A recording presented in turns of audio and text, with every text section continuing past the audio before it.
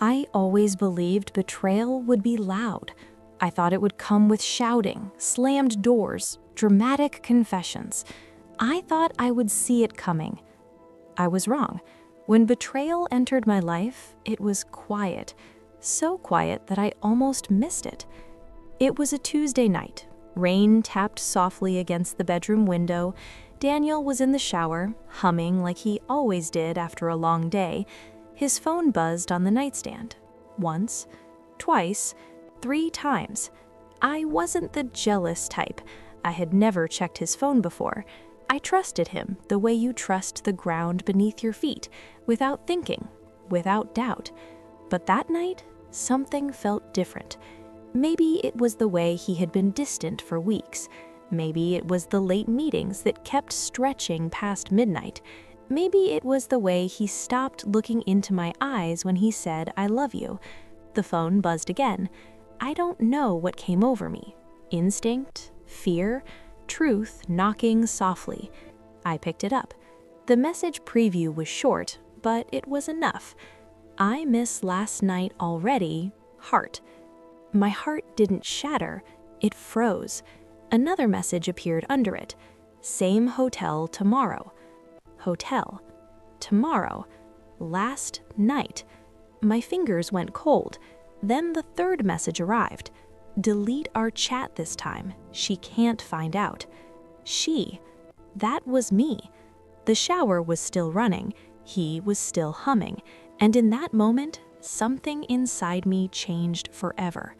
I didn't scream. I didn't cry.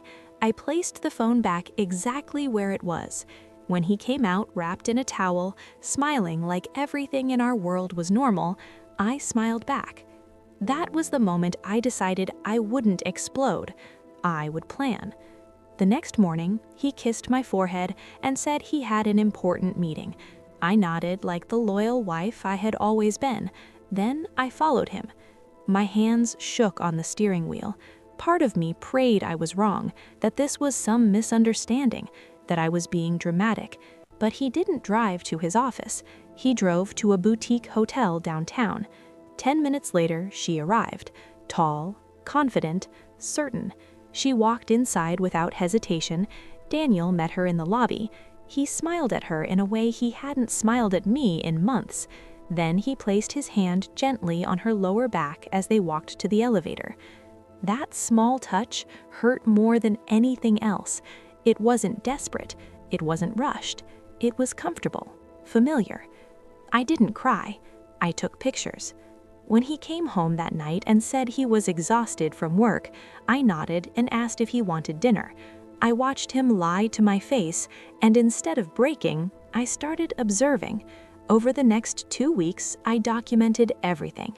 Hotel visits, strange charges, calendar gaps, and then one night he fell asleep on the couch with his phone still unlocked in his hand. That's when I discovered something bigger than the affair. Encrypted emails, large transfers, account movements that didn't look normal. I knew enough about finance to recognize patterns. These weren't random. They were structured, planned, hidden. Then I saw her name in an email signature. Lena Morris, independent portfolio manager. She wasn't just the other woman. She was connected to his work. The deeper I dug, the clearer it became. He wasn't just cheating. He was moving client funds, small amounts across multiple accounts, carefully, quietly. And in one email to Lena, he wrote, "If anything surfaces, you approved the adjustments. I'll distance myself." He was preparing a scapegoat. I printed everything, forwarded it to a private account, contacted an old college friend who worked in compliance law. She reviewed the evidence in silence, then looked at me and said, "This is serious. If this explodes, it won't be small." That was when my heartbreak turned into clarity. Daniel's firm was hosting a major investor event in 2 weeks. Big clients, board members, media. It was his night, the night he had been preparing for all year, and I knew exactly what I was going to do.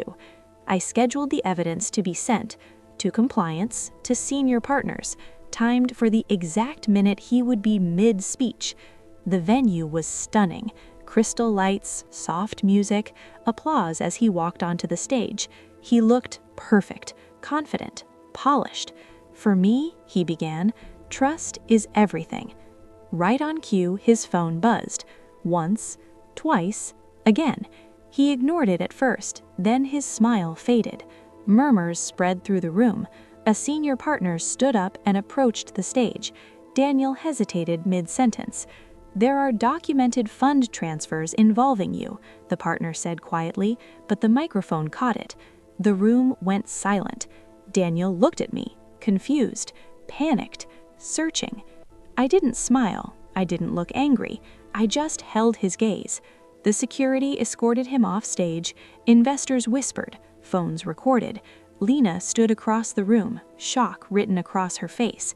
She had received the same email package, including the message where he planned to blame her. For the first time, Daniel stood alone. The next morning, the news broke. He was suspended pending investigation. By the end of the week, his employment was terminated due to breach of trust. Clients withdrew funds, partners distanced themselves, invitations stopped. He came home looking smaller than I had ever seen him. "You humiliated me," he said. "You humiliated yourself," I replied. "You could have talked to me." "Like you talked to me about the hotel?" He had no answer. The investigation revealed even more: transactions that predated Lena, patterns that went back years. He hadn't become dishonest. He had always been that way. I just hadn't seen it. Then I learned something that chilled me. Because we were married, I could have been implicated if things had unfolded differently. My name could have appeared in reviews. I could have been dragged into something I never chose. That was the moment any remaining sympathy disappeared. I asked for a divorce. He called it abandonment. I called it survival. "You destroyed my career," he said. "You destroyed our marriage," I answered. He moved out quietly. No dramatic goodbye, just a suitcase and silence. Months passed, the divorce finalized. He relocated to another city, took a lower-profile job, far from the spotlight he once loved. Lena rebuilt her career separately. Everyone moved forward. People sometimes ask me if it was worth it. Revenge doesn't feel dramatic. It doesn't come with music or applause. It's heavy, it's complicated. But justice feels clean. Daniel thought I was too emotional to notice, too loyal to question, too weak to act. He believed silence meant ignorance. He forgot something important. Silence can also mean preparation. I didn't scream, I didn't cry. I gathered facts, I waited, and I let the truth speak at the perfect moment. He lost his career, his reputation, his illusion of control. And I lost the version of him I thought I loved. But I gained something far more important: clarity, strength, myself.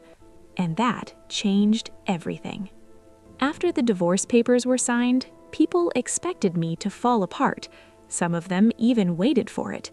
They watched me carefully at gatherings. They lowered their voices when I entered rooms. They offered sympathy in that soft tone people use when they think you're fragile. But I wasn't fragile. I was different. There's a strange peace that comes after the storm. Not happiness, not joy, just quiet understanding. The illusion had burned down, and what remained was real.